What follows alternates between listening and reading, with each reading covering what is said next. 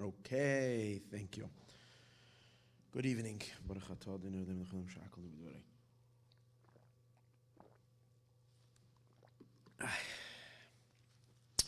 Okay, usually at this time, 9 o'clock, I give the Dvar Malchus shir. I will, Be'ezus Hashem, do that at another time, hopefully tomorrow. Today, I want to conclude what we left off. I didn't get to finish the information on yesterday's shir, in which we were talking about Mikeitz and the two kitzim, the two ends, and the two ends meeting. The unique time in history that we live in right now, in which we are at the crossroads, where there is the end of the end of days and the end of the right. The end of days is the end of the left, and the end of the left and the end of the right are coming together. And the question was, which Mikeitz is the Mikeitz of the pasuk? And we were bringing yesterday that it includes both, that there is this combination, this unique, intense time that we're in right now, in which there is the unholy end, which actually means when unholiness will expire and will end. But, however, in its expiration, at its very end, it is extremely troublesome and very ugly. And at the same time, at this when that end of the left, Kates the Smoil, as the Zohar refers to it, Kate Samla Choshech, and where the Choshech, which is the elements of darkness, have an end, where, as we saw in the Zohar, that end associated with the left, with darkness, is where it executes all of its ugliness. It doesn't even pretend to be a nice guy. And at the same time, it is also the end moments, which really means the beginning of the side of Revelation, which is the time that we're living in. Again, is the time of the beginning of the redemption. And it's called Kates, which Kates means end, because in holiness, when things reach the final lowest level, the level of Malchus, which means that it reaches the bottom, and Malchus is called sometimes Yam Suf. It's the Soifa de Kol Dargin, it's the last level, in where we know our generation is the generation of Malchus, it's the generation of behavior, the generation of action, where it's more important the deed of the mitzvah than the thought and the experiences, the emotions. In the earlier generations, what was highlighted in Judaism was the study, and then the emotional experiences coming along with it. But as we get to the final stages, it's the generation of Malchus, it's called the feet, and where everything is dependent on actions, behavior. It's about doing the right thing.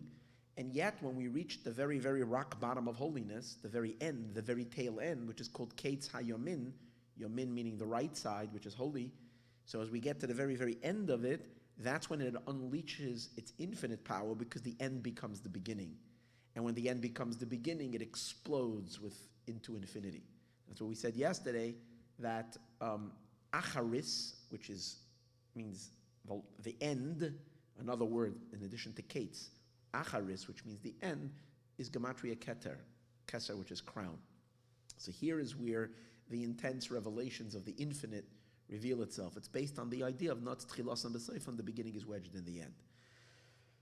So, in the pasuk Vayhi Mikeitz, I showed you that we learned yesterday from the Zohar and from the Midrash and Arizal conflicting interpretations of what the Mikeitz is. And as I brought you from the Rebbe's talk, and how he learns it in Rashi, how Mikeitz includes both. It includes, because both of the things happened in Yosef's life. That was the end of the dark time in his life. And maybe it was 2 miserable years, the last 2 years in jail, in prison. It was a very, very, very, very dark time, but it was the end of darkness. At the same time, it was already the beginning, the brewing of his redemption, and of when Yosef rises. And we find ourselves also in the midst of this, of the two Mikeitzes. And I guess it is up to us to choose which Mikeitz we're living in. This is Parshas Mikeitz. Which Keitz do you want to live in? Do you want to live in the end of exile and then look at all the dark stuff that there are? In other words, I'm noticing in a lot of people, which is very, very important, myself too, it's so easy to get caught up with all the dark stuff and follow it and to watch it and get angry and get upset and get like frustrated about the lies of the darkness, the lies of Keitz HaSmoil, of the end of the left. It's so horrible. You get all worked up, you get angry, and your blood pressure goes up. and it's not that you're in a bad space. It's you feel actually good in the sense that you feel like you're justified because you're angry at bad things. But the question is, why do you have to live there? Why do we have to go there? Instead of living in the Keitz, in the end of the left, which is the end of darkness, yes, even if we know it's the end of darkness, it's still focusing on darkness. Instead, we can live in the Keitz Hayamin, which is the beginning of light, and focus our energies on the fact that this is already the beginning of the journey towards Geula, not just the journey towards Geula, the beginning of the redemption. It's already the start. It's the Keitz Hayamin, the beginning, the Acharis, the Ein Sof is exploding. So yesterday we learned, just to go over a few points, that Keitz HaYamin has two interpretations. One is that it means Malchus, which is the Keitz of the right side. It also means Malchus the Kedusha, the Malchus of holiness, versus the Keitz HaSmoil, Keitz Kol Basar, Keitz HaYamim, all these various expressions, which is the Keitz of the left side, is Malchus of Klippa, the final actualization of Klippa, of the unholy. But we also learned that Keitz HaYamin is called Keitz HaYamin because it's the Keitz for how long God has cuffed himself, has cuffed his right hand. In other words, he's held back his revelation. And that it ends the time when his right is Heishav Yadai Achar, that he's hidden his right hand behind him and not revealing his powerful light. The end is coming to that restraint. It is the restraining power is expiring, and God's right hand is going to be released to be activated.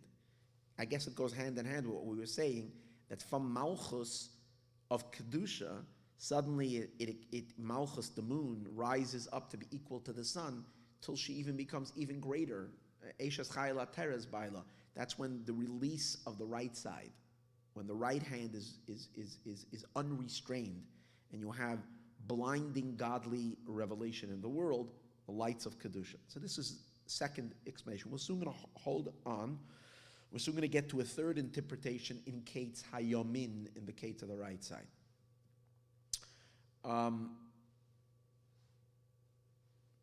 We did it.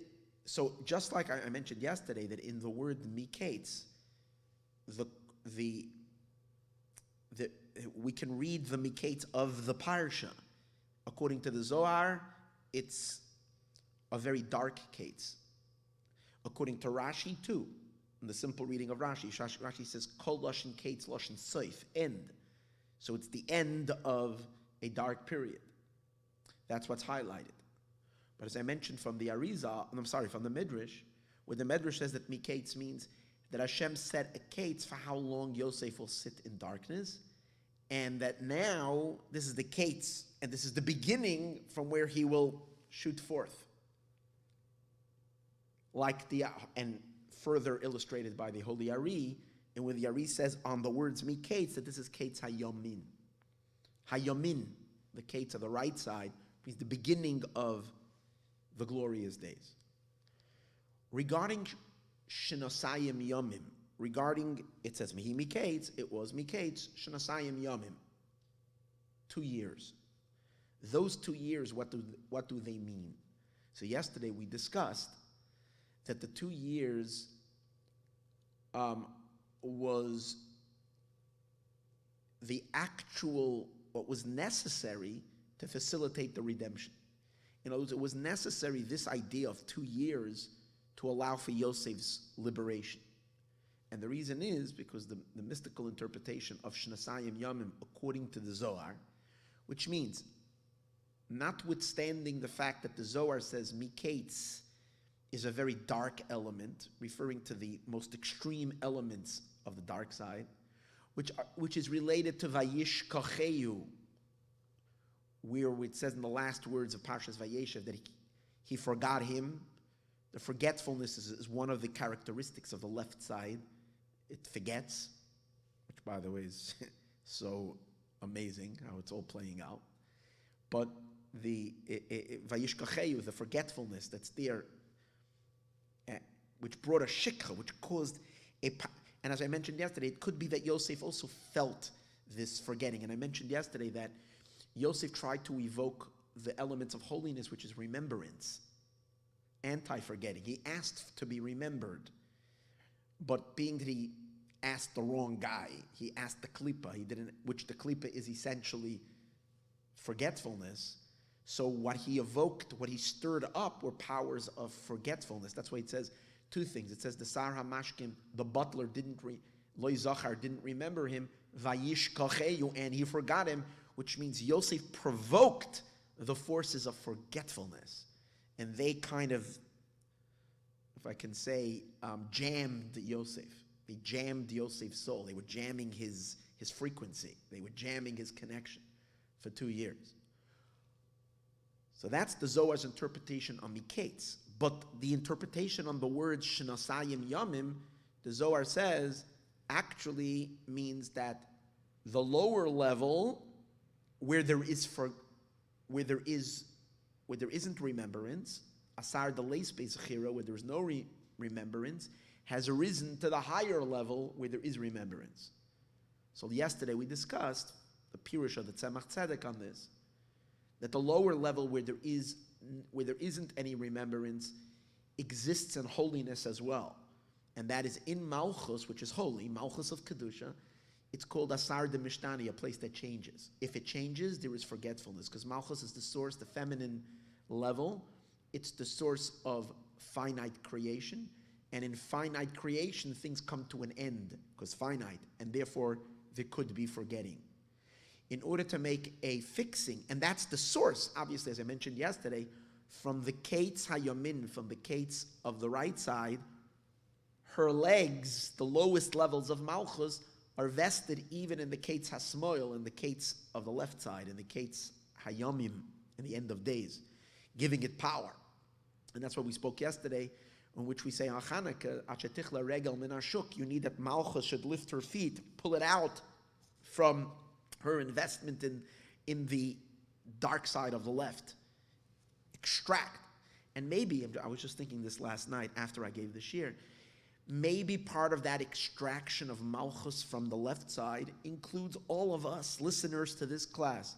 And I know many people who listen to this class are think like me, and therefore are in doing the same thing that I have been doing, following the news and getting angry and frustrated and reading all the garbage that is out, and it gets you really upset. But that itself gives it life. Why does it give it life? Because we're invested in it. So here it is. It's the foot of and we are the feet of Malchus, because we're the feet souls, the last souls.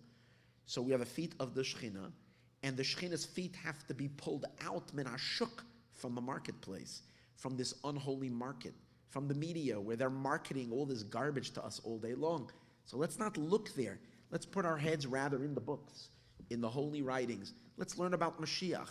Let's focus on the Kates Hayamin, at the awesome good days that are coming our way. If anything, there's a lesson in tonight's class, let this be the lesson. Let's shut that down.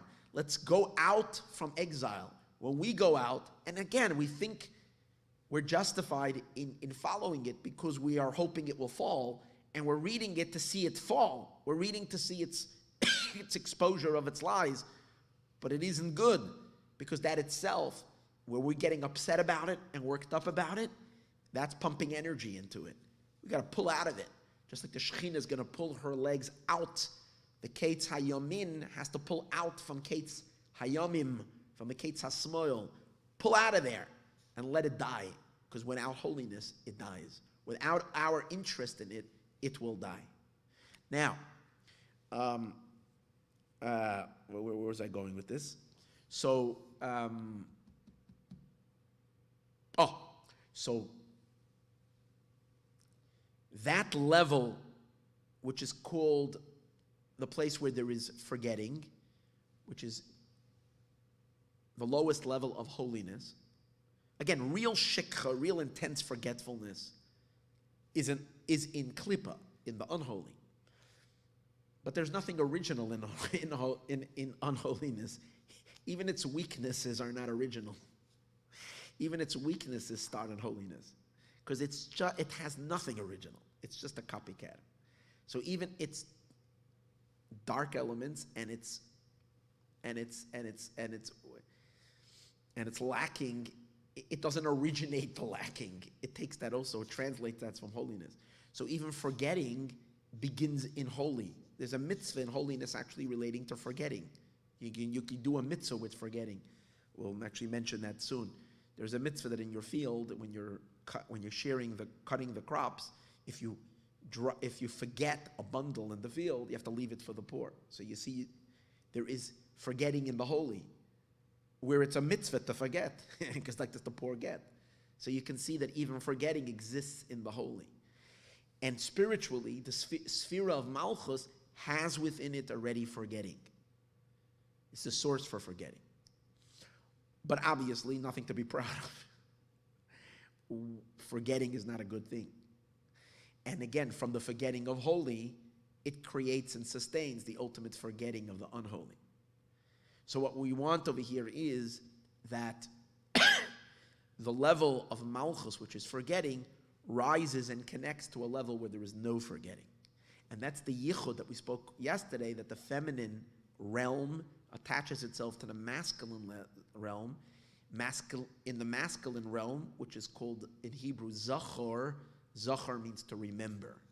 Being that the masculine level of divinity is generally male and female, male is stronger, female is weaker.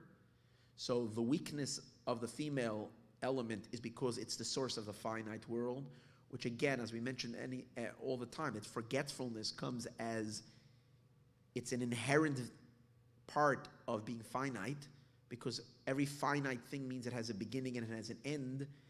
And when something ends, means it doesn't end abruptly. It means it begins to expire when it starts. It doesn't have an infinite power to go on forever. And that's the idea of forgetting. Eventually, you forget a little, it gets further till it expires completely.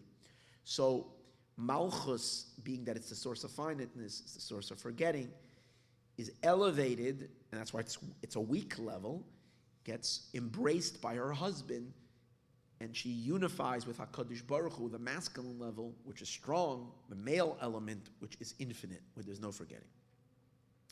That's the idea of Shenasayim Yomim, the 2 years, because as we mentioned yesterday, I want to go over it, 2 dimensions of time. The lower time, the lower year, the year of the 12 months of Malchus, where the Shana of a year, as we mentioned yesterday, comes from the word Shinoi, change, which needs to attach itself to a level where masculine time, masculine year, where there is no Shinoi, there is no change, it's loishanisi, consistency, no change. Similar to the difference between the sun and the moon. The moon is changing continuously. Every night she looks different. And sometimes she's there, sometimes she's not there. The sun is consistent, representing the consistency of the infinite. Doesn't budge, doesn't change. Loishanisi, no change. And the time, the element of the 12 months of change, the year of change, attaches itself to the year where there's consistent no change. And that's the idea of the Shnasayim Yamim. So the Shnasayim Yamim is the rectification on the Vayishkacheyu, on the forgetfulness. And then once God's involvement, as we spoke yesterday, from the level of Zechira, from the level of remembrance, then his engagement and his involvement is very personal and very intimate, as opposed to just allowing the world to run its course naturally. There is also the miracles, the engagement, and that's why Yosef had his Geula, Yosef had his redemption. That was the Pirush we said yesterday, which is the Pirush of the Zohar, that the 2 years is already the Chibur, the lower year and the higher year, is what's leading up to the next event, which is Paro's dreams, which is the release of Yosef. So I'd like to, before we continue into some other things that I kind of left out, loose ends from yesterday, I'd like to give you another two interpretations on the 2 years, mystical interpretations associated with what we're learning on the 2 years. As I mentioned, the Arizal says, an interesting thing, I didn't mention this part of the Ari yesterday. I did mention that Mikeitz, the Ari says, means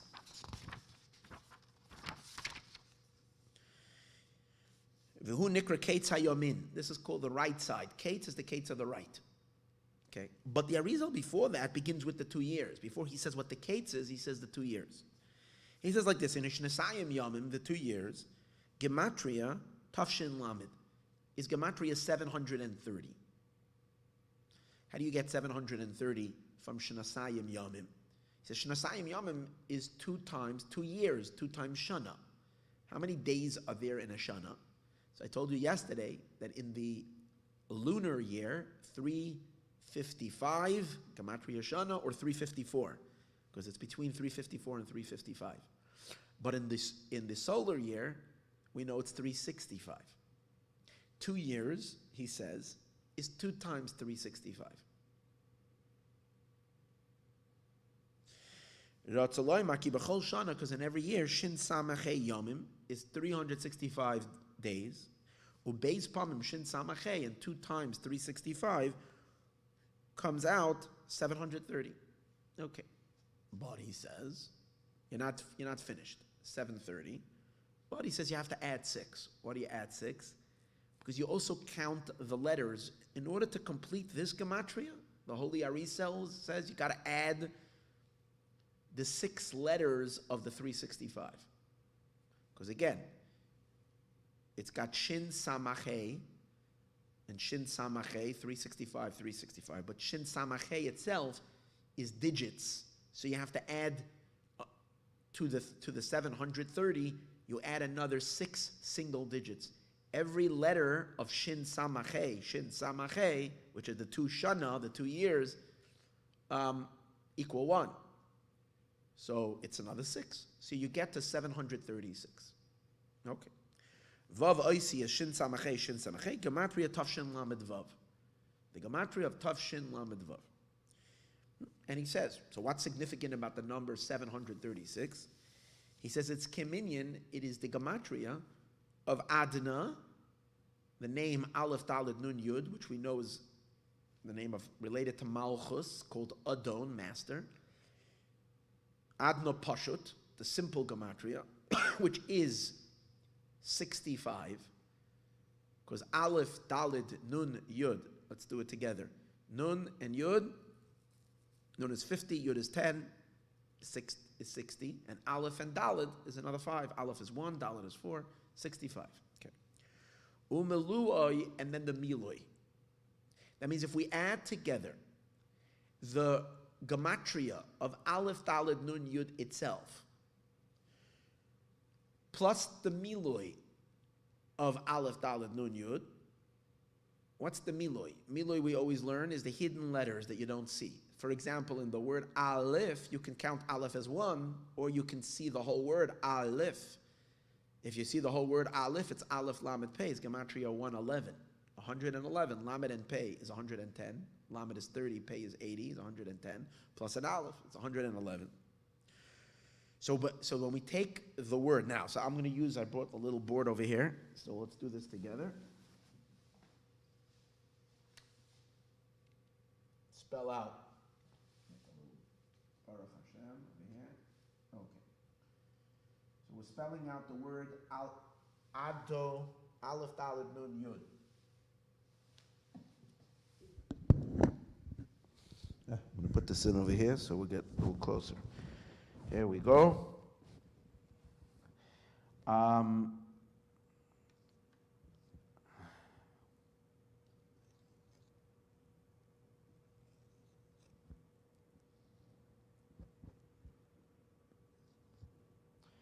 Daled,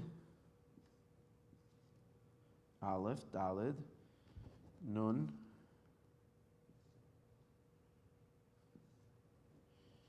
Yud. So let's fill in the numbers. Over here we got 1. Let me make.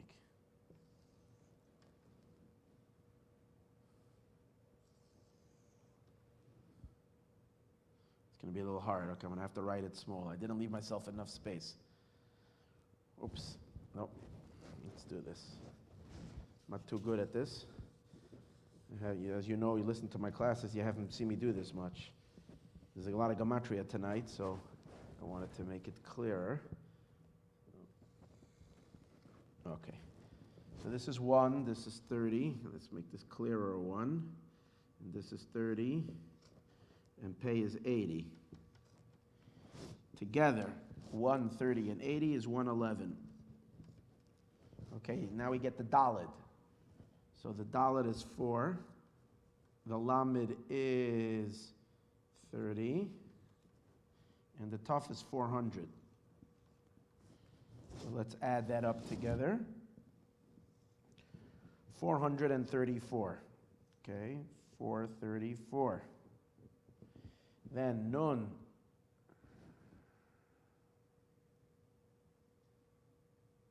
I don't know what I did over here. I messed this thing up really bad, but okay. I wanted to, okay. So nun is 50. It's not consistent, I'm sorry. Vav is 6. And again, nun is another 50. So 50 together, it's 106. 106. And yud is 20 because yud is 10. Vav is 6 and dalet is 4. Added together, 10 and 6 and 4 is 20. So now let's add these numbers together. 111 plus 434 plus 106 plus 20. Let's make the gematria over here. 6 and 4 is 10, plus 1 is 11. We bring a 1 down over here. Okay. 1 and 1 is 2, plus 3 is 5, plus 2 is 7. Yeah, is that correct? Let me make sure. 2 plus 3 is 5, plus 2 is 7, yeah. 1 plus 4. 1 plus 4 is 5 plus 1 is 6. So it's gematria 671. This is the miloi of Shem Adonai. Okay? Again, the miloi, the filling, the filled Shem Adonai, the filling letters is 671. But he said earlier, you have to add also the gematria of Aleph, Daled, Nun, Yud without the miloi. So you do Adonai plus Adonai with the miloi. So 671, let's put 671 over here, plus 65, because 60 Aleph, Daled, Nun, Yud, I showed you earlier, was 65. So let's add this up. 1 plus 5 is 6. 7 plus 6 is 13. And 1 plus 6 is 7. So what's our number? Magic number? 736. Well, that's what the Shana, if you take the 2 years, each year's 365 days. 365 and 365, we brought us to 730. And then you count the six letters equals, what did we say? 736, exactly this number. So the 2 years, the period of 2 years is related somehow to the name of Aleph, Daled, Nun, Yud, which we know Aleph, Daled, Nun, Yud is the name associated with Sfiras HaMalchus, of Malchus itself, and for some reason a very complete relationship to Sfiras HaMalchus, because it's the name itself plus the name with its fillings. Gives you 736. And then he concludes, that's all he says, Gematria Tav Shalom, V'hu Nikra Kates HaYomin, and this is called the Kates of Yamin. Now, what's the relationship? Why is this called Kates HaYamin? those who were listening, what we said earlier and yesterday, it's very simple. Because what did we say before is the Kates HaYomin? You got the right side, the whole long chain like of spheros of attributes, till you get down, the last of the attributes, Spheros HaMalchus. So Spheros HaMalchus, which is the name Aleph, Dalet, Nun, Yud, is Kates. It's the end of Yamin, and which seems to be the lowest and weakest, and as we're going to see in a moment, related to what he's saying, but precisely at this lowest point is where all the potency is, because as we said before, Malchus becomes the crown. She explodes into the infinite. It doesn't expire. In the left side, when you reach the very end, it's very nasty and ugly, but then it's just bang. It completely implodes on itself and destroys itself. In holiness, it explodes into the infinite at its very lowest point. But what does he mean? So he says, Shenosayim Yamim is exactly Mikeitz, because Kates is the Kates HaYamin, and that's Shenosayim Yamim. It's the name of Adna. That's the Kates, so it's the Kates HaYamin. Okay. Now the Rebbe's father, Reb Levi Yitzchak,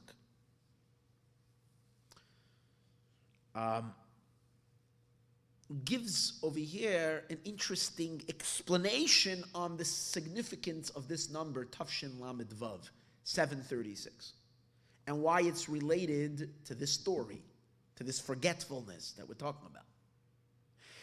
And it's different, and it comes out according to that it's quite different than the Zohar. I mean, at least from my limited perspective. In the Zohar's explanation, the content of the 2 years, as we explained it according to the Tzemach Tzedek, what does it mean?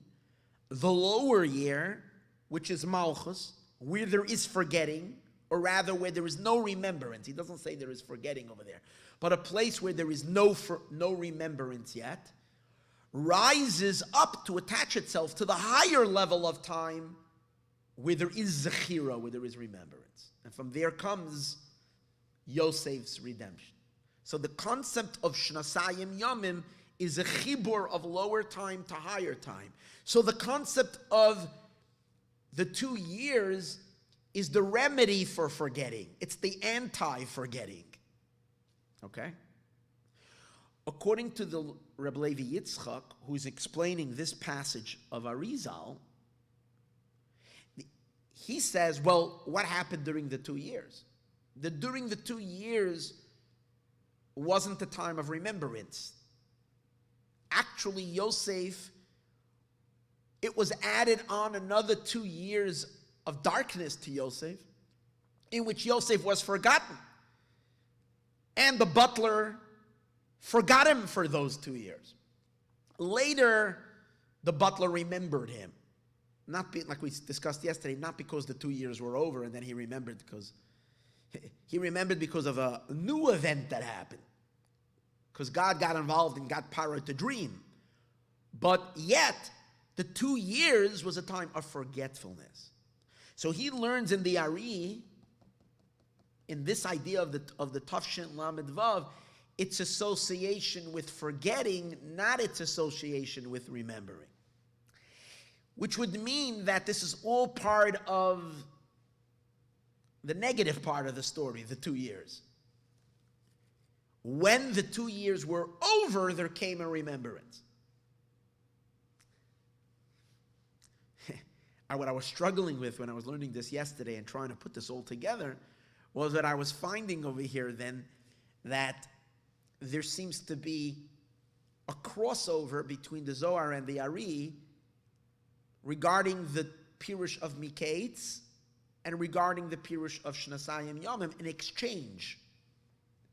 Because according to the Zohar we learned yesterday, Mikeitz itself is a dark end. The end, the Zohar says, the end of Keitzam L'choshech. It's the vicious powers of darkness that are there at the end of the left. That's Mikeitz. However, the Shnasayim Yomim, according from the Zohar, is positive. Because as we said before, it's fighting the left end. It comes to counter the Mikeitz. The Shnasayim Yomim is the level of Malchus rising which leaves room for Mikeitz, picking herself up, withdrawing from being a source for Mikeitz, and going up to the higher year so that it can be remembrance. So Mikeitz, according to that, is dark, and Shnosayim Yomim is bright.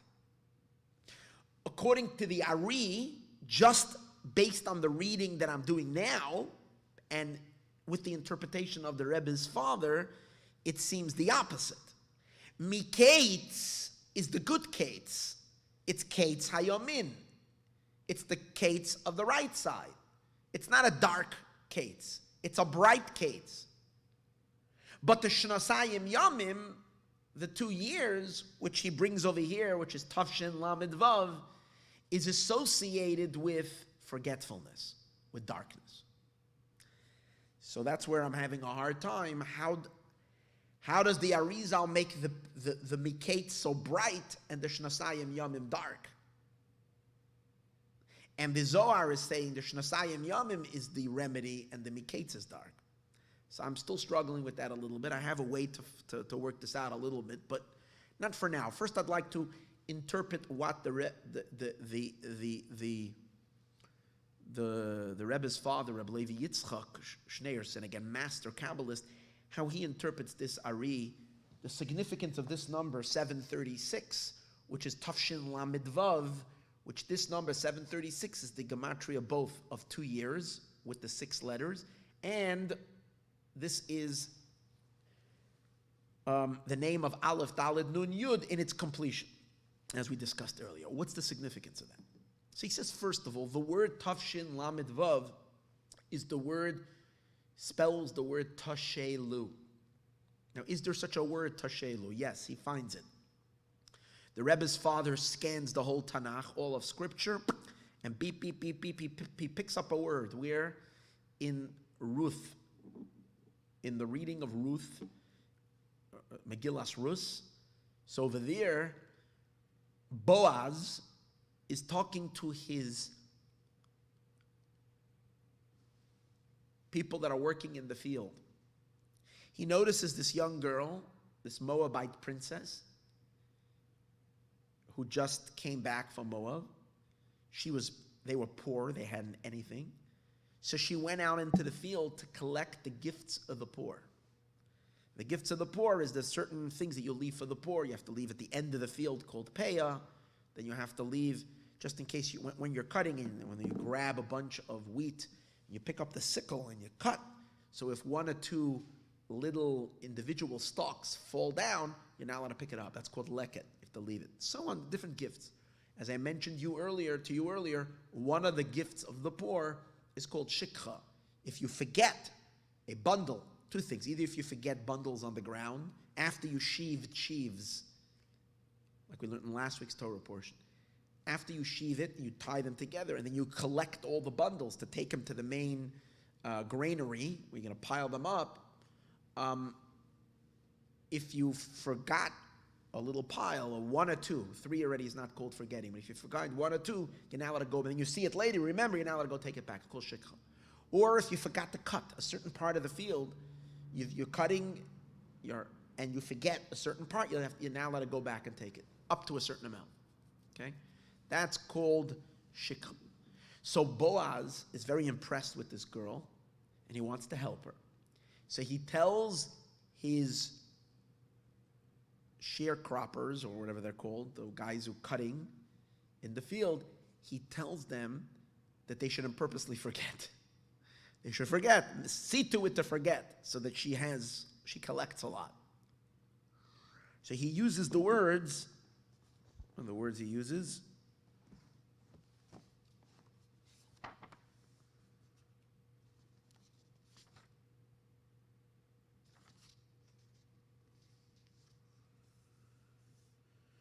Yatzav Boyaz al Na'ar of Lamer Gam Bein Amarim Telakit. She should be amongst the Amarim, the stalks, the pile, the Amar is a bundle.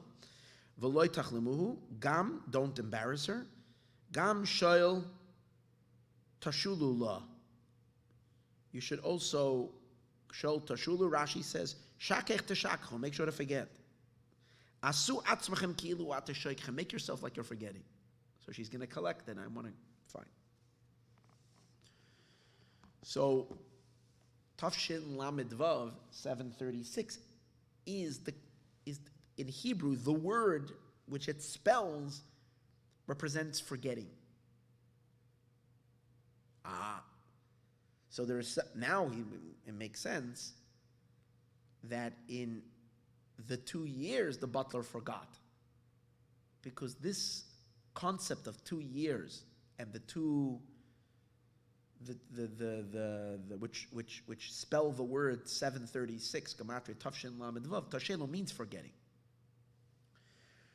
But what's the Pnimius? And why is the Arizal associated with the name Aleph Dalet Nun Yud? Well, based on what I told you earlier, that Sfiras HaMalchus is the source of finite. If it's the source of finite, that's why it's where it makes it possible for forgetting. Like we say to God, why are you forgetting us? So you have to say that why forever will you forget us? There's a simon that exists a concept of forgetting. On the lowest level of Shekhinah, there exists the element of forgetting. Why? Because it's the source of the finite. And in the finite, again, forgetting means it expires, it wears out, or it wears off, comes to an end. Or in other terminology, forgetfulness comes from acharayim, comes from the back, from the hindsight. In the front, there's no forgetting. And let me explain that even in psychological terms. The front means the pnimius. Face in Hebrew means front. Panim means front. It also means inwardness. So in Kabbalah it says, and the Alter Rebbe brings it in Tanya, that all forgetting comes from acharayim, from the back. In the front, there is no forgetting. What does that mean? When something is extremely, extremely essential to you, which means you're attached to it in the most deepest inner way, you can't forget it. When from the very onset your attachment to something is through your backside, not through your pnimius, then you can forget. So that's why it's always a terrible excuse to say to someone, I forgot your wedding or forgot your bar mitzvah or something. It means that it was never too important. Had it etched itself, had it lodged itself into your inner realm, into your front, you would have never forgotten. If you're picking it up to begin with your backside, which means it's acharayim means always the external element. If it relates to you only externally and not internally, it means it doesn't touch you in a deep place, you can forget.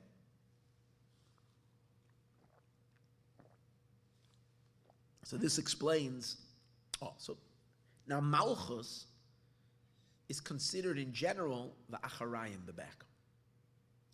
Why? You see, when Adam and Chava were created, Adam was in the front and Chava was in the back. And then Hashem separated her. There were two people, Adam in the front and Chava in the back.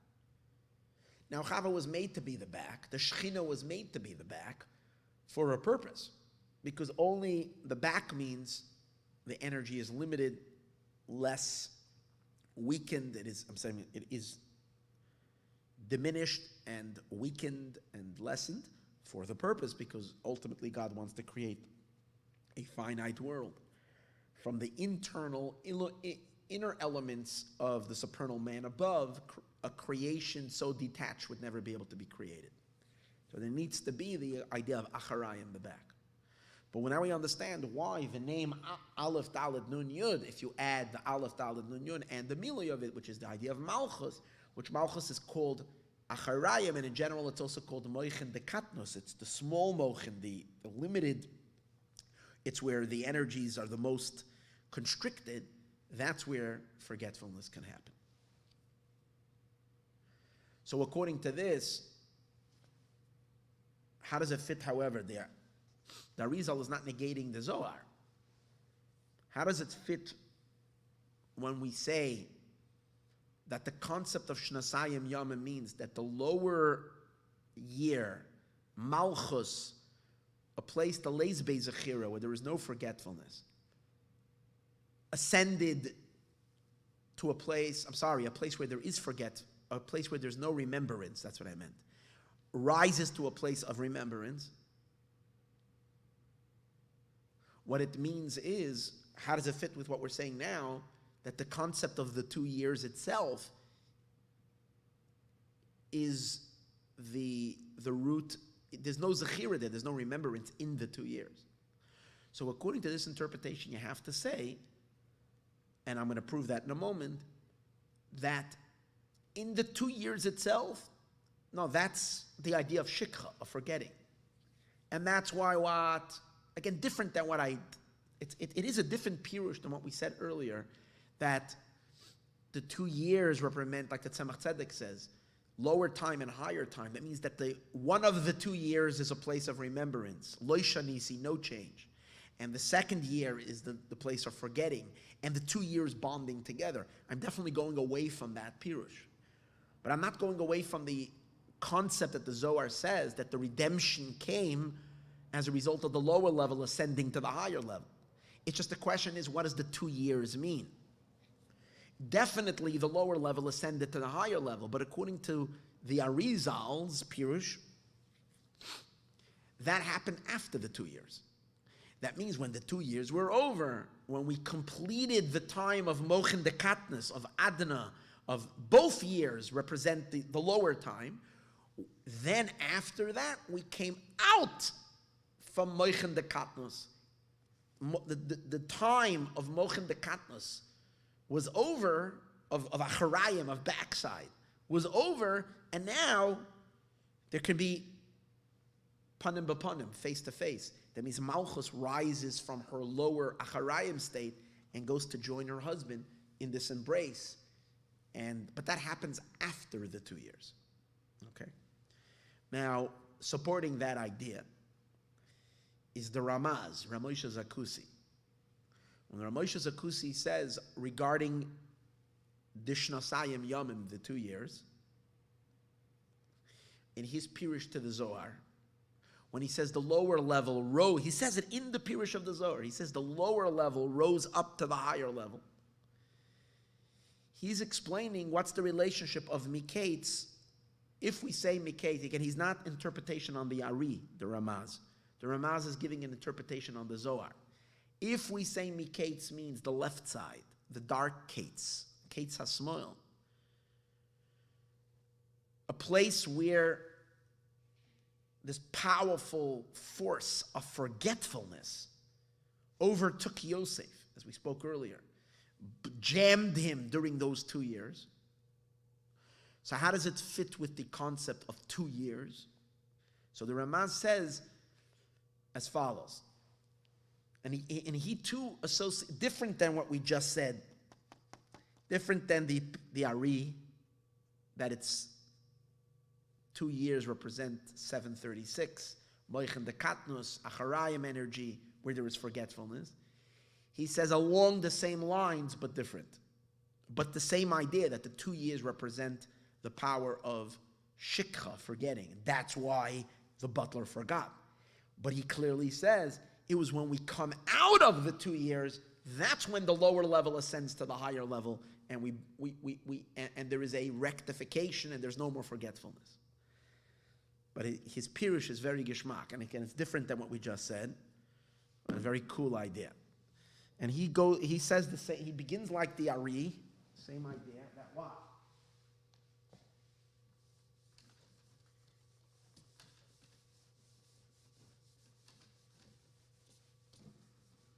Boy, this eraser is not too.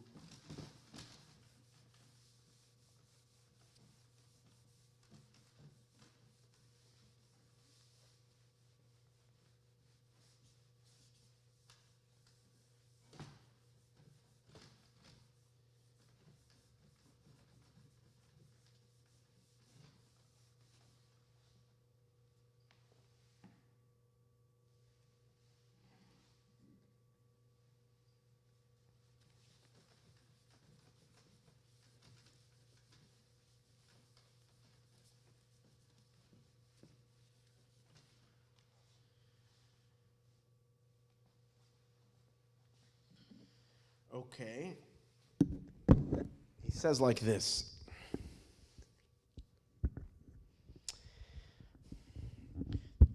Following the concept we said earlier that remembrance is associated with the front and forgetfulness is associated with the back.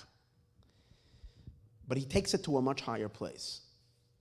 It is known, before I start writing, it is known that in the 4 parshios of the Tefillin, which correspond to the 4 mochin, the 4 powers of the mind, which is Chachma and Bina, and then Das. Chachma means wisdom, Bina means understanding, Das is knowledge, but Das splits in 2, so that's why it's 4. We have 4 parshios in the Tefillin. In the 4 parshios of Tefillin, the one that speaks about remembering, it says V'hoyla osal yatcha, it should be a sign on your hand, ulizikaron, and to remembrance beinenecha, between your eyes. And it also says Zachar es yom hazeh, remember the day you went out of Mitzrayim, is in the first of the 4 portions. The first one is the moach ha-chachma, the power of chachma, and it says that the remembrance is in chachma. Now, if you remember yesterday, we hope you remember, because learning all about remembrance, I told you that in Malchus, there's already possible forgetting. But in Yesod is male, the masculine. In general, the Ze'er Anpin, the 6 emotions, all masculine emotions, there's no forgetting. And male is called Zachar. And particularly, its Sfiras HaYesod is called the male of the male, and it's called Zachar.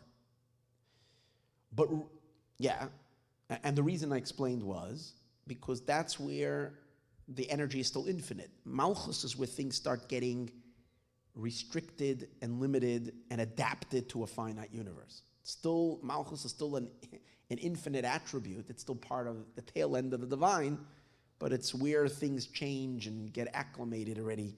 The energies are reduced to, so to speak, exit God. So Malchus itself has already the concept relatable to forgetting. But here it's Ein Sof. Based on that idea, we can take that higher.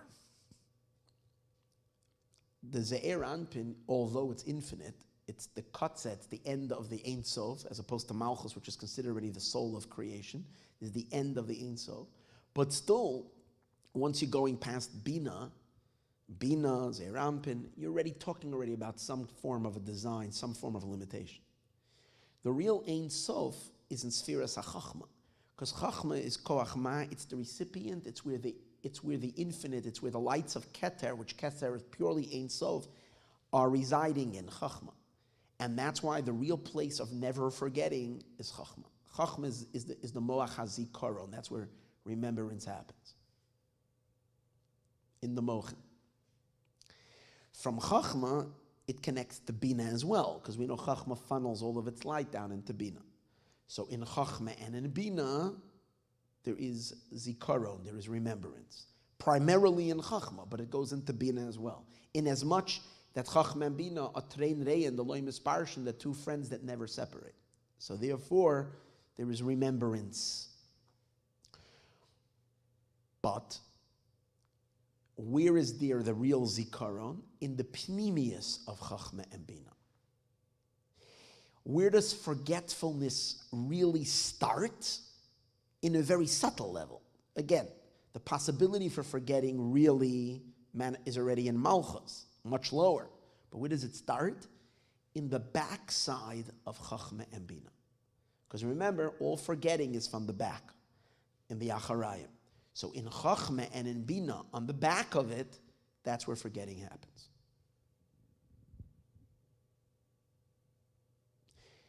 And he proves it as follows. He says like this. We know, based on so much what we learned already in the past, that the 4 names of God, Ayin Beis, God's name is Yud Kei Vav Kei, the Tetragrammaton, right? But the tetragrammaton has different fillings, which result in different numeric value. The filling of the letters, which means the hidden letters that we spoke about earlier. So the Yud Kei Vav Kei can be filled, that it will, where after the filling it gets equals to 72, called Shem Ayin Beis. Then it can be filled with different hidden letters, and then it's called Shem Samach Gimel Sag. It can be filled and it's called it equal where it becomes where the numeric value is 45. Then it's Shem Ba, and it can be filled in a manner in which the resultant number is 52. It's called Shem Ban. So it is discussed many times that in Chachma, when the Yud Kei Vav Kei is manifesting in Chachma, it's 72.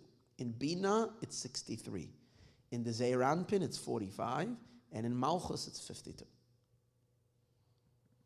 So now, if Chachma is Ayin Beis, 72, that means you take the Yud Kei Vav Kei, and let me show you how it's said. I'm not going to put it over there because I'm going to use that for a more advanced gematria. But Yud is Yud Vav Daled. So Yud is 10 and Vav and Daled is another 10, is 20. Hey, you fill it with Yuds. So Hey and Yud is 15. So 20 and 15 is 35. Vav is also spelled with a Yud, Viv. Vav, Yud, Vav. So Vav and Vav is 12 plus 10 is 22. 30 plus 22 is 52. I messed something up here.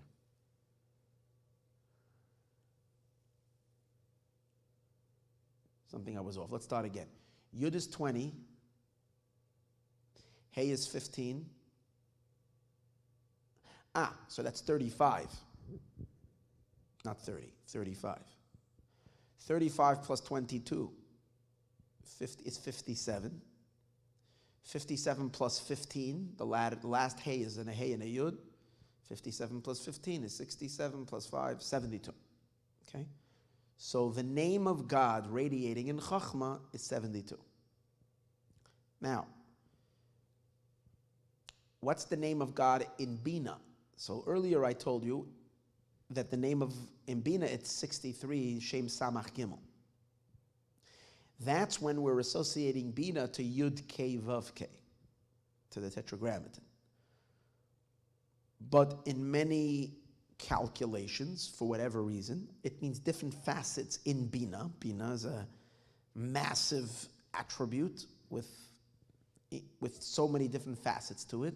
So one of the names associated with Bina is the name Ekka. Aleph, Hey, Yud, Hey. Ekka. That's when God says to Moshe, Ekka, when the Jewish people ask me, what's your name? Tell them, Ekka, Asher Ekka. So Ekka is associated with Bina. I'm not going to get into why Ekka is associated with the Bina in this class. It's really fascinating why, but not for now. Let's do the Milui, the hidden letters of Ekka. So let's do that together over here so that you will see. We start with an Aleph. Let's do it over here. Aleph, Aleph, Lamed, Pei. Let's do it easier. So we'll do it like this. Not going to take up so much. This is 111. I did that earlier already. Aleph. What's the next letter? Hey. And the Hey is going to be filled with a Yud. That's 15. Ekka, Aleph, Hey, Yud. Yud, Vav, Daled is 20. Okay, and I'm just going to make it this, I can erase it. And then the last one is a Hey. So Hey is spelled with a Hey Yud. It's 15. So let's add this up. 15 and 15 is 30. 30 plus 20 is 50. 111 plus 50. equals 161. Kuf Samach Aleph, 161. Now, so the name of God in Bina, in the Miloi, let's do the Miloi. The name of God is Ekka in Bina. You do the Miloi, you do the filling, you get 161. And that's the pnimius of Bina, the inner dimension of Bina. Chachma, what was the name of God in Chachma? Yud Kei Vav Kei, filling it with as we spoke earlier, 72. So let's make 161 plus 72. So 1 plus 2 is 3. 6 plus 7 is 13. And 1 plus 1 is 2. 233. The gematria of 72, Shem Havaya, B'miloi Yudin, which is 72, together with Ekka, B'miloi, which is 161, Kuf Samach Aleph. Ayin Beis and Kuf Samach Aleph is 233.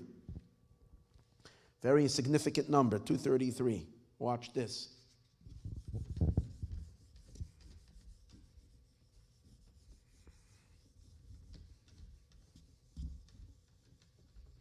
Why this is so significant.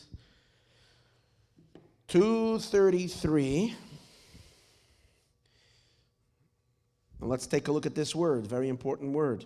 Remember. Remember is the word Zachor.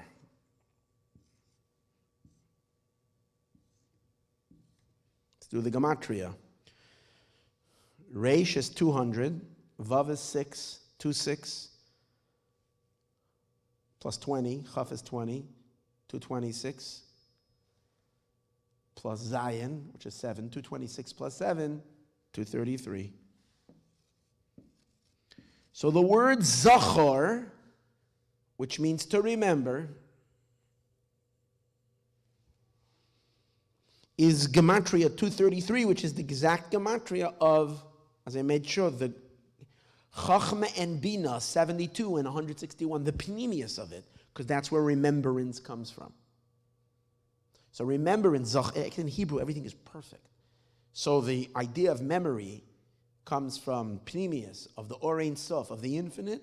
It's Ayin Beis, which is Havaya and Ekka, with their Miloi, unified, gives you remembrance. And we put on the tefillin every day and connect to those energies that we should never forget. We shouldn't have any forget. Amalek is associated with forgetfulness. The left side, Ketz HaSmol, we shouldn't be attached to that, only to remembrance, Zachar. Now, remember that number, very significant, 233. Now we're going to erase this, not because we want to erase Zachar. This is supposed to be etched in your mind forever. We don't forget. And now what we're going to do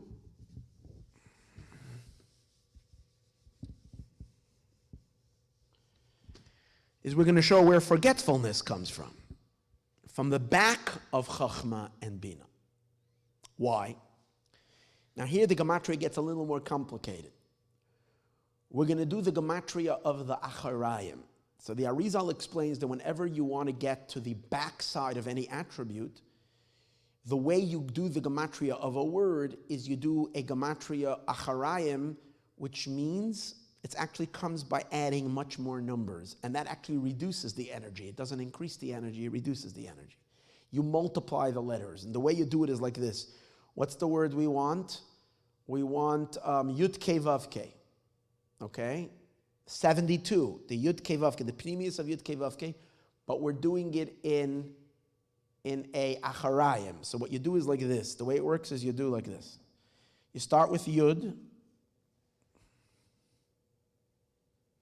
then you do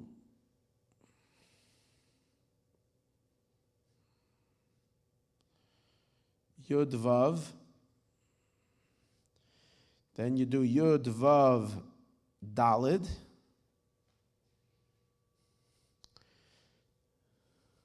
is that, one second, let me just remember a second here. I think, hold on one second. No, you don't. I got that. You're not making, okay. I was going off a second. Let's change this.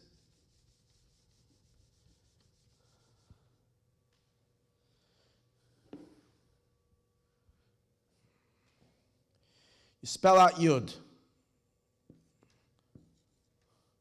How much is Yud?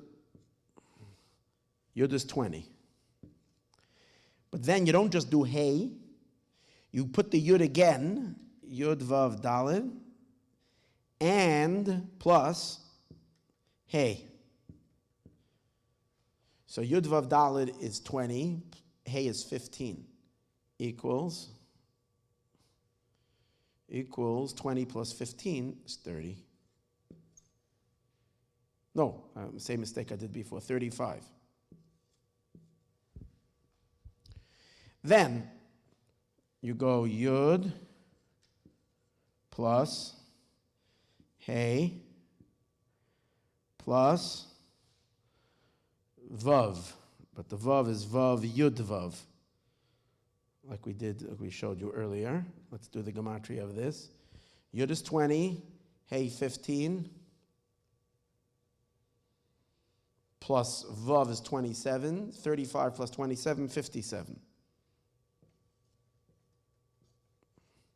57. Then finally, Yud plus Hey plus Vav Yud Vav plus Hey equals. So now let's add this all together.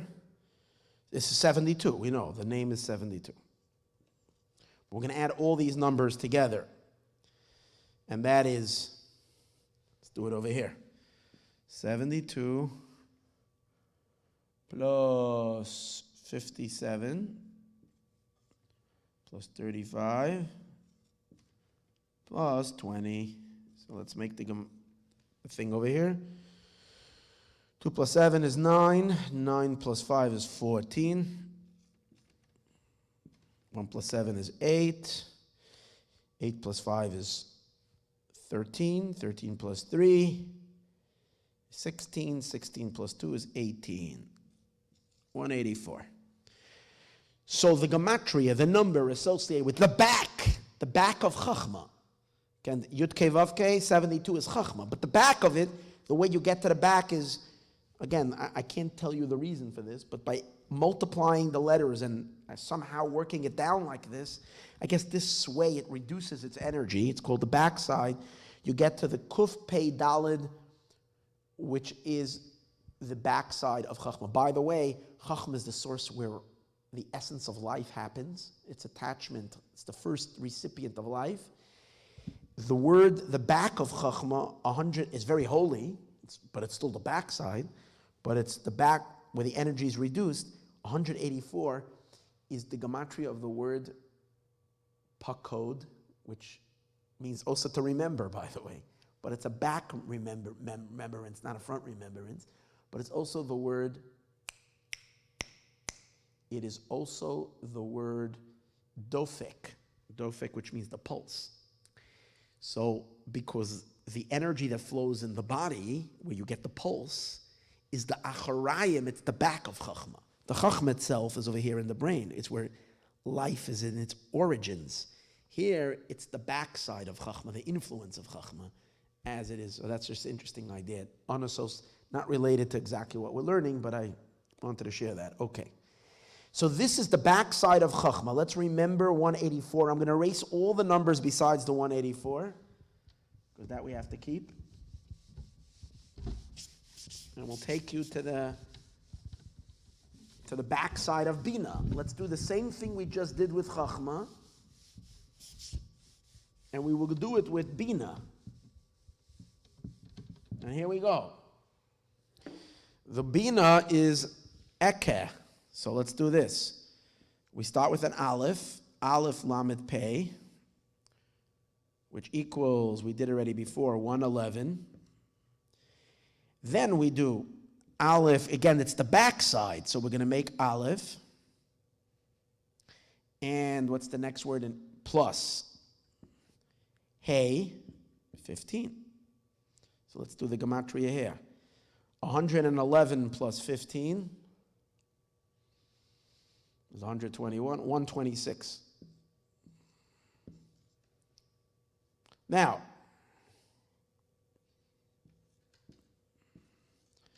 Aleph plus Hey plus, what is it? Ekka plus Yud. So it's going to come out to 126 plus 20. So that's 146. And now, Aleph plus Hey plus Yud plus Hey equals. So it's 146, because we're getting all this together, plus another 15. 146 plus 15, 156, 161. Yeah, that's what we had before. Yeah, remember we said the gematria of this was all together is 161. So now let's add these together. 111 plus 126 plus 146 plus 161. Let's do the math. I was never too good in math, so don't. 6 and 6 is 12, plus 2 is 14. Okay. 1 and 1 is 2, 4, 8, 8 plus 6, 14.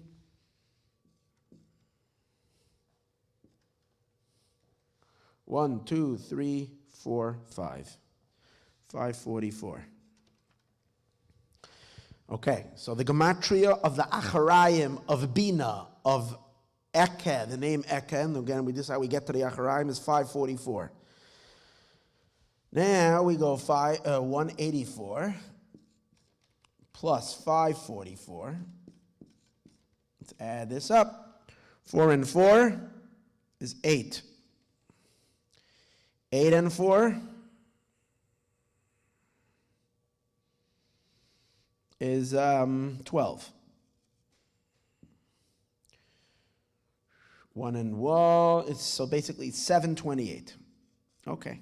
So the Acharayim, the back of Chachma and Bina together equals 728.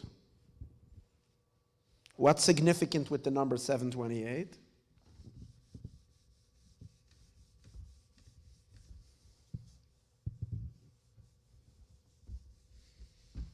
What is the significance of the number 7? Oops, this I didn't want to erase. 184 plus 544. Again, 184 was the backside of Chachma. 544 was the backside of Bina. Together it equals 728. Now watch this. This is the gematria of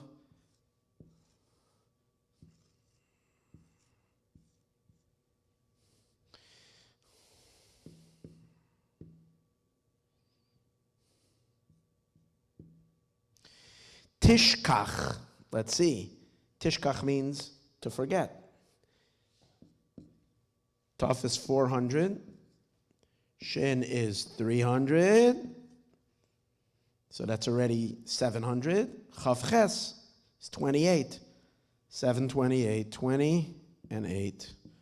728.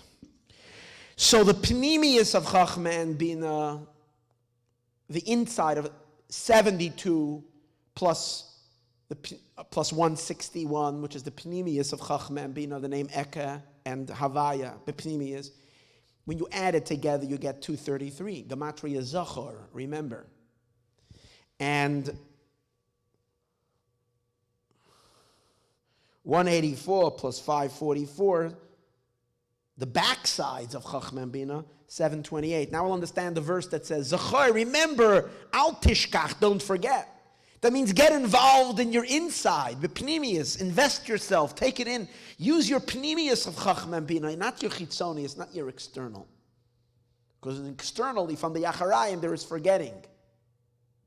Okay? So this is the number of forgetting, 728. Says the Ramaz, Ramosha Zakusi, hear this great Kabbalist. What does he say? The 2 years, Shenasayim Yomim, So let's take Shanasayim Yamim, 2 years. How many days are there in a year? We discussed earlier, 365. But in the 365 days of the year, there is really 364 plus 1. There's one day that doesn't really, it's beyond time. One day that's in time, but it's beyond time. Which is the day that you would say that is beyond time, but it's in time? It's Yom Kippur. Yom Kippur is an otherworldly day. It's like where time melts into the beyond time. So really there are 364 days in the year. Now I'm not making just a judgment on my own. The Gemara says that the word Hasatan, Satan, the devil, Satan, Shin spells Shin Tes Nun. Shin Nun Tes is 359. Hasatan, add another 5, 359 plus 5, 364.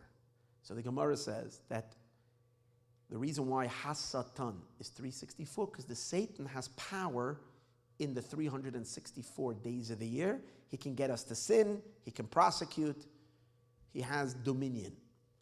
But there is one day of the year the Satan doesn't have dominion. So you see that the way the Gemara sees the year, it's 364 plus 1. The 1 is a different time.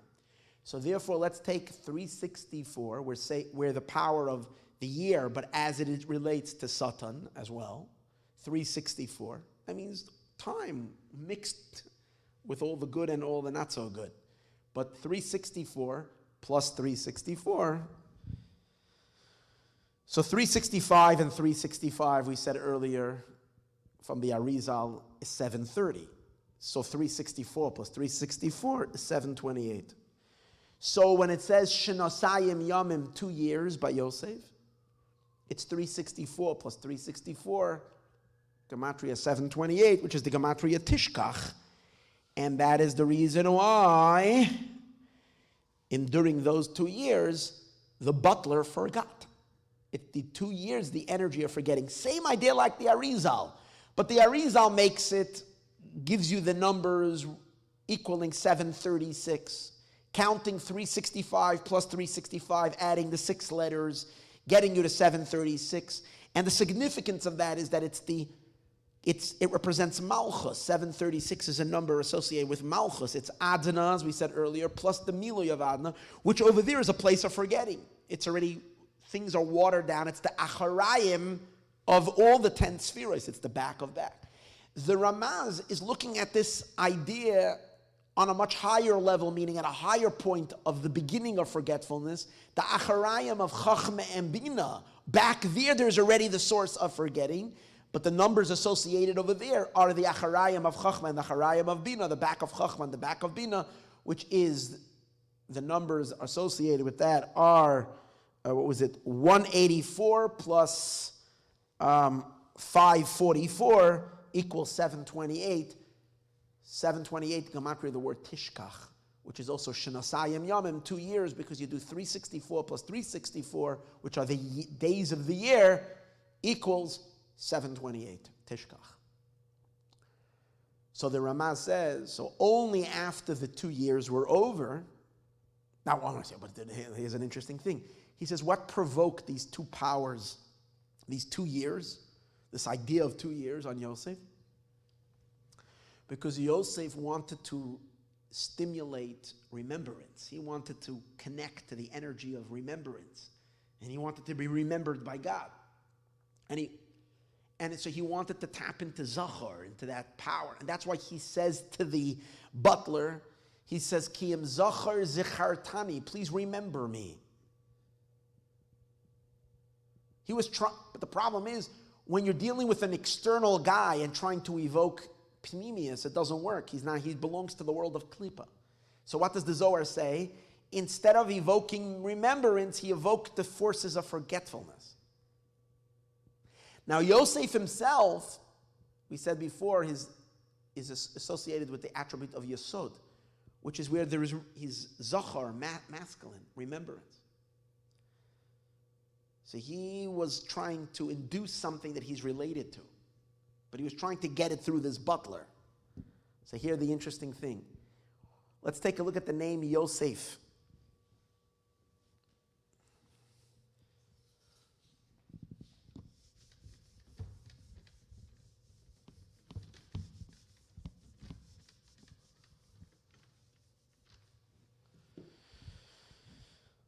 Right? So we got the name Yosef. This is Yosef.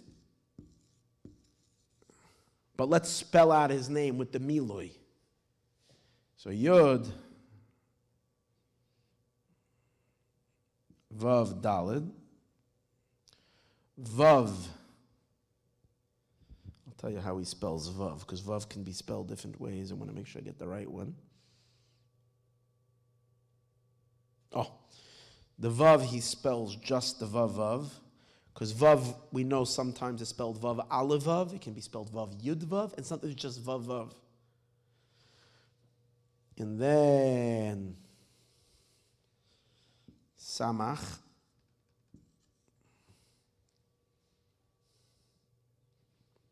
And pay. Pay, he has to pay with an aleph or pay with an aleph.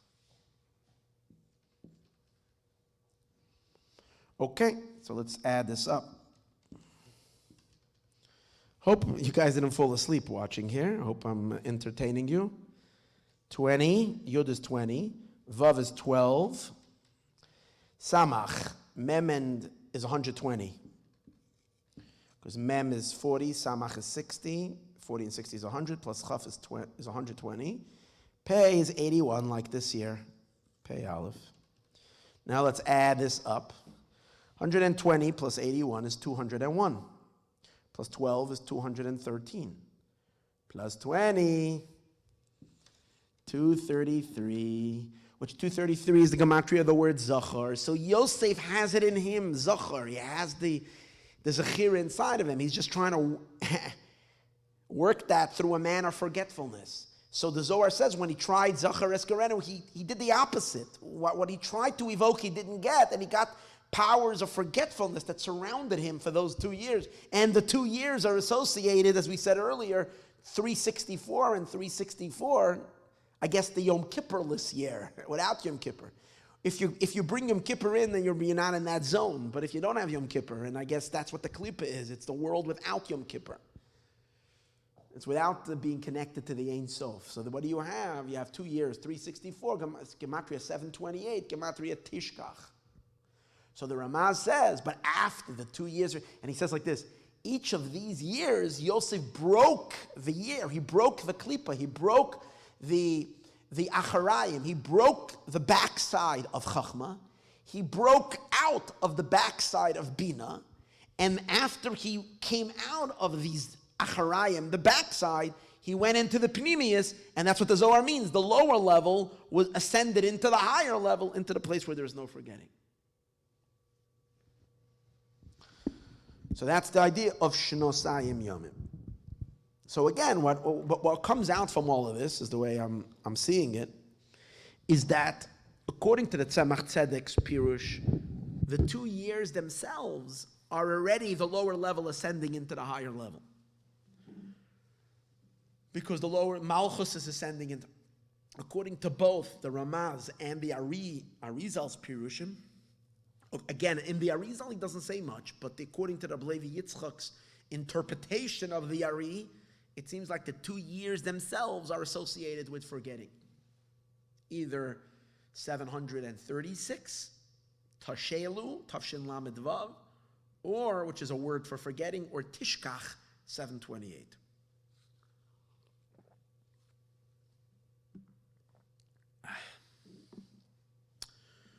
Okay, we're done with Gematrias for tonight, with this idea. What I do want to conclude with is, so what we have over here, just to wrap it up over here, is that we have these two kitzim, Kates on the left and Kates on the right. And the question in Parshas Mikeitz is, which one does it mean? And as I brought you from the Rebbe yesterday, it means both, because in Rashi itself, Rashi is interpreting it means the end, but the reason why Rashi has to give you interpretation, because Rashi wants to negate the possibility, which would make sense over here, to read that it's, Mikeitz means the beginning. I discussed this yesterday. So that's Kates Hayamin and Kates Hayamim, both of them possible in the word Kates. And Rashi says, Kol Lashon Kates Soif, which means that Kates includes Kol Lashon, every meaning of the word Kates. And as we spoke yesterday, that dafke in the Kates HaSmol lies the treasures and the keys to activate the Kates HaYamin, the Kates of the right side. But it's interesting, it's a really cool idea, that in the course of this discussion, the Zohar and the Medrash are both quoting a pasuk with the word kates in it, where it says kates sam lachoshech, God puts a kates to darkness, but with complete different intention. The Zohar reads the word kates sam lachoshech, that the kates sam lachoshech is the kates of darkness. It's that extreme tail end of darkness that God gave choshech. He gave the forces of darkness a kates, a very sharp blade. That's the kates. So it's something that they possess. So it's a dark element, and that's what the Zohar brings, is the idea of mehimi kates. The Medrash, however, says the Eibush to put a kates to Yosef's days of sorrow, it came to an end. So the kates is then a very good, it's not a bad kates. It's good news. Darkness is ending. And the Zohar is learning on kates the reason the Zohar is saying that is because the Zohar learns a different interpretation of kates sam lachoshech. Not that he gives choshech, he gives darkness a kates, a power of kates. He gives the Malach HaMaves, the angel of death, a sword, God forbid. But kates sam lachoshech means no, God destroys choshech. Choshech comes to an end. God puts an end to, not he gives them an end. He puts an end, he puts an expiration date to choshech. And that's the kates hayomin. That's when the kates of light, because Hashem releases his hand that is tied behind his back, so that hand can reveal itself. So that's the kates hayomin, which puts an end to the choshech. So when you look up in Eov, you see that this argument, seemingly between the Medrash and the Zohar, two arguments, the different interpretations, are really also stated in the Mefarshim, in Rashi, and in Metzudos. Take a look at the pasuk. Again, Eov, Perek Chavches, chapter 28, verse Gimel. The pasuk says, "Kate sam lachoshech." The Eibush puts an end to darkness. Ulachol tachlis, and to every conclusion, hu choker, he investigates. Even oifel, a dark stone, v'tzalmaves, and death. Yeah. So yesterday we brought the Medrash, and the Medrash is saying that darkness will come to an end. Why? Because the only reason there is darkness in the world is because of Even, because of the stone, which is the Yetzer Hara, which brings Ophel, which brings darkness, v'tzalmaves, and death. But the moment the stone will melt, the stone will go away, which Kate Sam Lachoshech puts an end to the Yetzer Hara, then Ophel v'tzalmaves will also end. The world will not be anymore biyafela. So that pirush in the words Kate Sam Lachoshech, that Hashem puts an expiration to darkness, is the pirush of the Metzudas David, of the Metzudas. Kate Sam Lachoshech, Af Lachoshech, even to what might look like never-ending darkness, some kates, the Eibush to put an end to it. Masai Tichla, when it will end. Ki behei, because when the light will shine, when the right side will be uncuffed, when its light will shine, Tichla HaChoshech, darkness will come to an end. Okay. So that's a support to the Midrash. Rashi has a very, very interesting pirush in Kate Sam LaChoshech. What does Rashi say? Kate Sam, Hamakoim, the Eibush puts a Kates, Masai Tia HaChoshech, when will darkness come? God puts an end date for when darkness to arrive. So again, he seems to be, Rashi's pirush over here is not such a bright pirush. Rashi is saying that Kate Sam L'Choshech, that there is brightness in the world, and the world is living, and we're all kind of in the light. He's seeing the time that we're in right now as the idea that there is a creation and the world is thriving. That's the bright world. See, according to the Metzudos, we're now in the dark world, exile, and that will end. It will one day get bright. Rashi's saying we're in a bright world. We're alive. The world is standing, But one day we'll get dark. Hashem puts an end. Why? Because the pasuk says, "Shashamayim nimluchu va'aretz tibale." The pasuk says that heaven will disintegrate. Nimluchu generally means like it will rot. Va'aretz, and the earth will decay. And that's the meaning. Kate Sam. Hashem put an end to when Choshech when it will get really dark. For who? For everything, because everything will disintegrate. The worlds will collapse.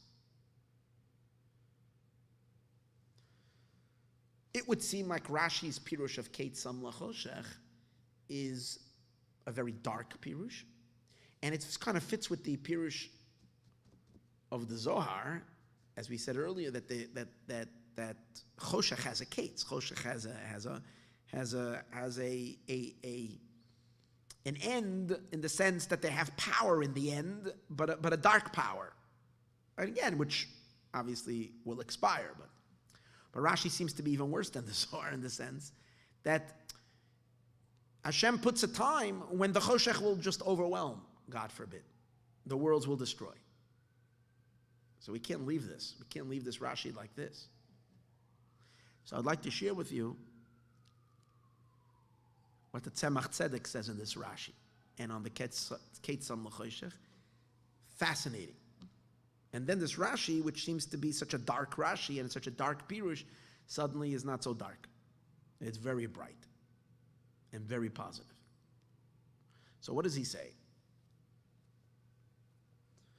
I just found, just before we go to the Tzemach Tzedek, that the argument, what seems to be in Zohar and in Medrash, seems to be indicates, in other words, as they argue about Mikeitz in our parsha, and as they argue and have different interpretation on the word Kate Sam LaChoshech, is to be found in an argument between the main pashtanim of the pasuk, between Rashi and now, and Rashi in general, a side note, I have a question. How does this Rashi fit with what Rashi says to us in our parsha? Which Rashi says, Kates, every Kates means seif, means an end. Rashi says Kates does not mean beginning.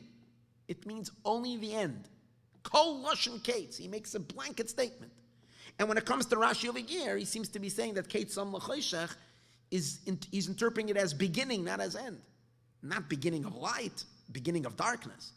He's saying, Kate, there is a time when the Choshech will roll in, which means the worlds will just implode and destroy.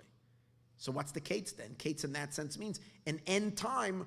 By that time, this must start. The Choshech must come in. So I don't get how Rashi can say it. And I was looking in the Mefarshim, and I couldn't find anybody asking this question from Rashi himself, seemingly not to learn that Kates means end. I had a possible explanation that Rashi's not saying over here that Kates means beginning, Kates means end, but because the Kates over here is not referring to the word Choshech. It's not the Kates of the Choshech.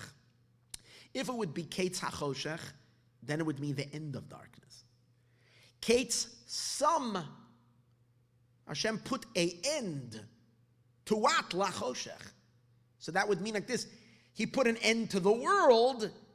That's what the Kates means. Kates Sam, it means end. Yeah, end. End to life as we know it. And then we'll start Choshech. So the Kates, it's not beginning, it's end. It's end to worldly living, to end of the world as we know it, and then Choshech will come. So it would be consistent with Kates meaning end. But it's still a dark pirush, because it's telling you that one day it will get really dark. And obviously this is talking about after Mashiach and after Tchias HaMeah, suddenly everything will disintegrate. Is that really what we're looking forward to? Then why are we working so hard so that one day everything will, the sky and the earth will disintegrate? The worlds will go back to nothing? So the Tzemach Tzedek comes to the rescue. And he says like this. He says, Choshech, he brings from the Pardes. The Pardes is the Ramak, Ramosha Kardovo. Okay, great Kabbalist. Where the Ramak says that Choshech exists on 3 levels. Choshech exists in Keser, because Keser is called darkness. Because it's pre-light, since Keser is infinite, Chachma is the beginning of light, of illumination.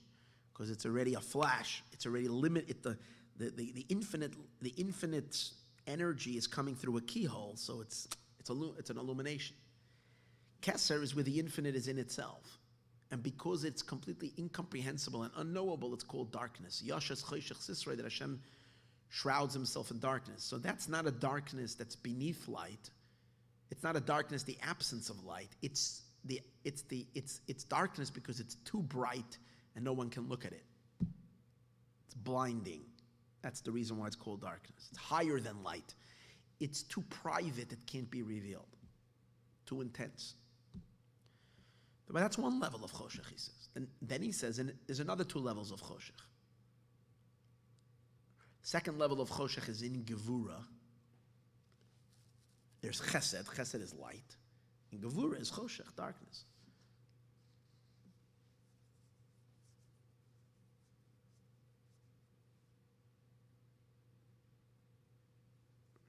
And then he says the final level of Choshech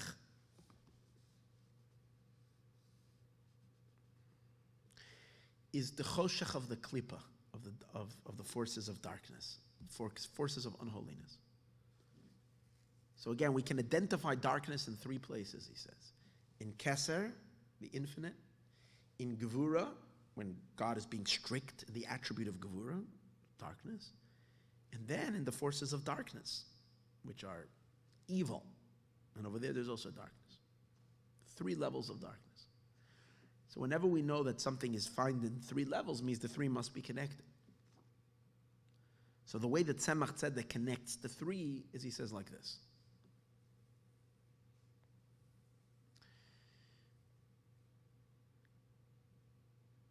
There is the lower darkness. There is evil in this world. What do we do with that evil? That evil needs to be eradicated. That's the whole fight between good and bad. The snake, evil, bringing the entire left side of evil. We're seeing it now running rampage, and it's thinking it's gotten the last laugh, but we can tell you it's not having the last laugh. It's going to be completely blasted. It's going to be completely disintegrated. That's the avodah, getting rid of the darkness. But what's the prize? What's the prize when we break the darkness? When we rid the darkness, or even deeper, when we convert the darkness to light, when we convert the evil to goodness. As we learned, there's the whole idea of Chanukah menorah. We light our menorah out when it's after dark, and we light it by the window or by the doorway going out to the street, the dark place. And the point over here is ad dekalya rigla de until we will get rid of the rebels. 2 levels: rid of the rebels, destroy them, or as like I said yesterday, bring the very, very rebels themselves to an expiration to godliness, converting the darkness to light. That's what we do with the lower darkness. What's the prize? When we rid the world from darkness, when we break the darkness, or we even go deeper than that, we convert the lower darkness, the darkness of Klippa, to light, we activate the higher supernal darkness. What happens? The supernal darkness of Keter, of Keser, of the crown, which is so sublime godliness that it's called dark, descends into the world in a way that we can receive it. It manifests, it's channeled into the creation, and the worlds are able to handle it. Because we've acclimated it, we've connected it. Instead of that darkness destroying the world, it doesn't destroy the world, we're able to receive it. Because we've taken the darkness, which is, every darkness is connected, and we've assimilated the darkness into holiness. So now we have the ability to receive the darkness, the supernal darkness of Kesser. And when we understand, when the divine energy will come to the world not from the level of light, which is the tiny little keyhole of Chachma, but will come directly to the world from Keser, then everything is going to be exponentially gooder, exponentially better, exponentially godlier, brighter, and endlessly more pleasurable and delightful. And the experience will just be beyond. We need the supernal darkness to turn to light. The only way to do that, however, is by hanging out on the bright side. We will activate more light from Chachma and from the other Sfirot, but never reach Keter. It's only when we engage the darkness, the dark forces, because only darkness stimulates darkness. So now we can see already the connection of two levels of Gevura. Two levels of Choshech, the lower darkness and the higher level. But he doesn't explain the connection, the Tzemach Tzedek doesn't explain the connection between the level of Choshech that's in Gevura, which is in the left side of the divine. Holy, but the left side. He doesn't explain, but I think if I can dare make a suggestion, I would say, how do we combat the Klippa? The lowest darkness, the third level of darkness, the darkness of Klippa, through Gevura of holiness. In other words, we have to fight our Yetzer Hara. The sages say, Lo'olam Yargiz. You have to get angry at your Yetzer Hara. We have to do battle against the Klippa. The Chashmonayim went out and fought. They slaughtered the Greeks. They went out and fought the fight. So they activated Gevura. And we in our inner battles have to fight. It's not just through chesed. Only through love and kindness we can't do it. So again, in order to change, and first to eradicate and then to transform the lower darkness, we need to work with the middle darkness, which is the power of Gevura that is in Yitzchak's power, the power of Gevura. And King David also, Malchus, we know, derives its Gevura is from Yitzchak, from the power of Gevura, in which we wage war against darkness, but the prize that we receive is the highest level of Choshech revealing itself in the world. Based on that, the Tzemach Tzedek says, we interpret now two meanings in the word Kates Sam Lachoshech. Here, this is great. To the lowest darkness, to the Klippa darkness, it means Kates Sam Lachoshech. God will puts an expiration date to the lower darkness. The lower darkness needs to end. How do we end it? Through Chanukah candles, through mitzvahs, through engaging, through disciplining ourselves, through winning the Yetzer Hara, whatever it is. Through all of this, we battle the darkness and we destroy it. Kates, we bring an end to it. So the lower, the darkness below, the angel of death, Kates, will come to an end. And maybe Kate Sam Lachoshech has the first interpretation that they have sharp nails, and when at the very last moment they're very dangerous because they're ferocious. Maybe that too is Kate Sam Lachoshech. He gives them that power, but it's ultimately to their own demise. And then Kate Sam Lachoshech, they're destroyed. But then he gives a much deeper pirush. Kate's, hear this, Kate's Sam, Hashem put an end time for how long the supernal darkness will be blocked. When that Kates arrives, Kates Sam, he creates the Kates for the Choshech to enter. Which Choshech? The supernal Choshech of Keser to reveal itself.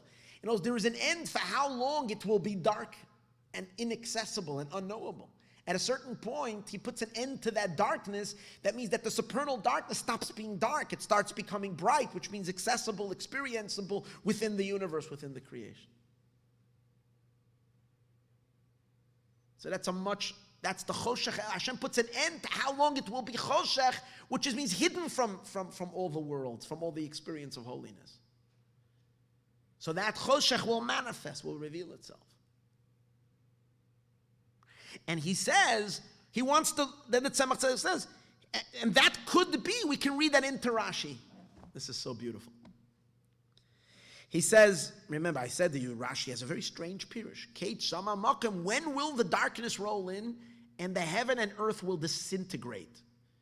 He says, yeah, the heaven and earth which will disintegrate, what Rashi is talking about is the male and female element of Klippa.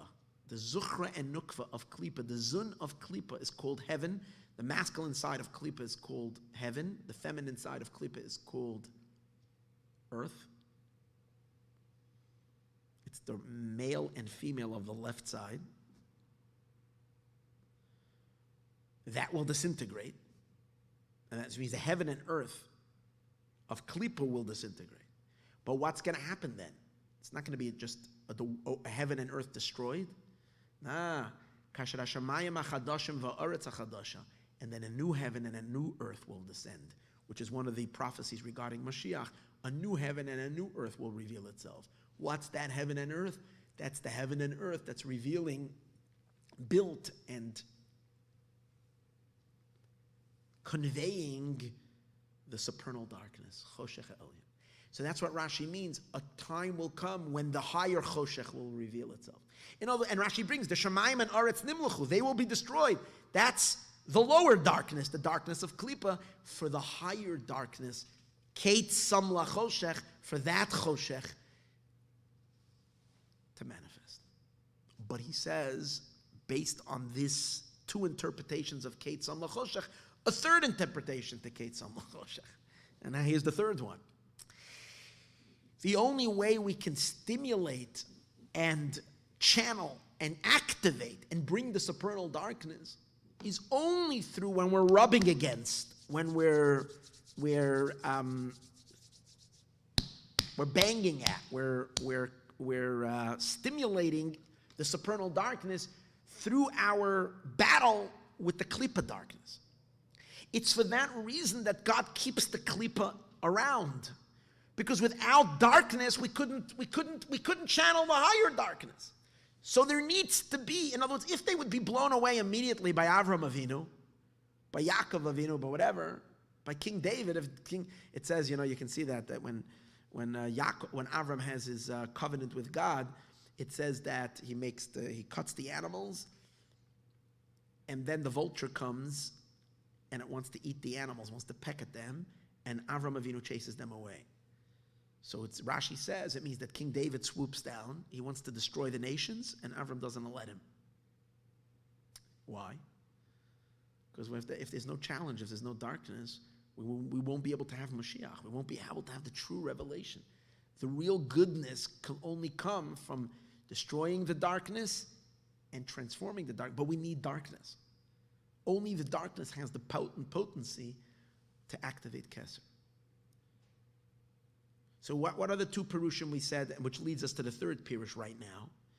Kate Samla Choshech is ultimately darkness will disappear, the lower dark, the Klippa dark will disappear. Either will be destroyed or will be converted. Which will lead for Kate Samla Choshech, an end time when the supernal darkness will also end because it will become bright. In order for these two things to happen, God sets a minimum time for how long this game will last for us to do combat with darkness. In other words, Kates, and here's the third Pirush, Kates, Hashem puts a Kates. Over here, Kates means not that he makes it expire. He gives them lasting time. He gives them, in other words, by saying they have an end also means that they have a certain period of time for how long they're around. Yeah, they end at a certain point, but he gives them existing till then, and eventually they end. But the reason that he gives them existence and pretty prolonged time, he gives the Choshech, because without Choshech we can't accomplish anything. So the Kates in the third Pirush has a yeah and a no in it. It has a Kates to the darkness, but it also means it has an existence until that Kates. It's like if I put an expiration date on a bottle of milk, I'm saying two things. I'm saying don't drink it after whatever, December 22nd. But I'm also saying that until December 22nd, this milk is good. So God gives them an existence, Kate Samla Choshech, so that they're around so that we can channel through them.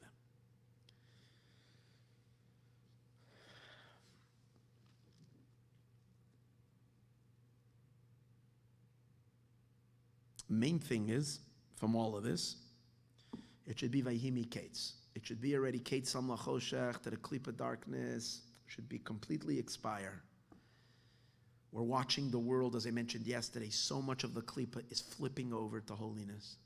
The rest of the Klipa that's just burying itself in extreme ugliness should just implode yesterday. We on our end should take ourselves out of being caught up in it, because it's very tempting to allow ourselves to follow it and to be busy with it. Let's extract ourselves, get into the Kates of Kedusha, and hopefully that will hasten and bring about the Kates HaYamin, the beginning of goodness and the beginning of holiness, a place where, as we said earlier, there's no forgetting, only remembrance. God will remember us, we will remember God, and we will have